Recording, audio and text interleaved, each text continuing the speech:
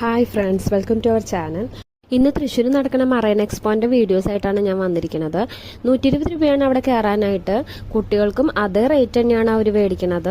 കയറി പോകുമ്പോൾ തന്നെ ഇങ്ങനത്തെ കുറേ ഫ്ലെക്സുകൾ പോലത്തെ ഫോട്ടോസാണ്. അത് കഴിഞ്ഞിട്ട് ഇങ്ങനെ ഒരു സ്നോ വേൾഡ് പോലെ അവർ ചെയ്തു വെച്ചിട്ടുണ്ട്. അത് ഫുൾ AC ആയിരുന്നു ആ ഭാഗത്ത്.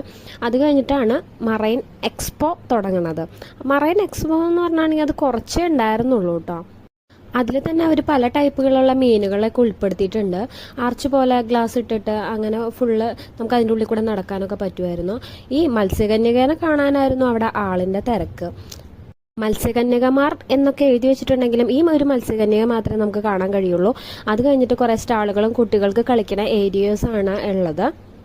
ഈ മത്സ്യകന്യക ഇന്തോനേഷ്യക്കാരിയാണ്. ഓക്സിജന്റെ സപ്പോർട്ട് ഇല്ലാത്തതുകൊണ്ട് മുകളിലേക്ക് പോയിട്ട് ശ്വാസം എടുത്തിട്ടാണ് തിരിച്ച് താഴേക്ക് തന്നെ അവർ വരുന്നത്. ഇവരെ മാത്രമായിട്ട് ഒരു ഗ്ലാസ് കൂട്ടിൽ ഇട്ടിരിക്കുകയാണ്.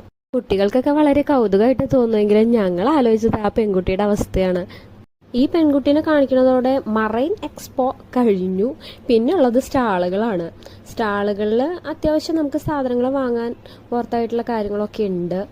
ചെരുപ്പുകൾ, ബാഗുകൾ, അതുപോലെ ഡ്രസ്സ് ഐറ്റംസ്, ഫുഡ് ഐറ്റംസ് എല്ലാം അതിനകത്തുണ്ട്. അത് കഴിഞ്ഞിട്ട് കുട്ടികളുടെ കളിക്കണ ഏരിയ ആണ്. അതിന് വേറെ വേറെ നമ്മൾ പേ ചെയ്യണം കേട്ടോ.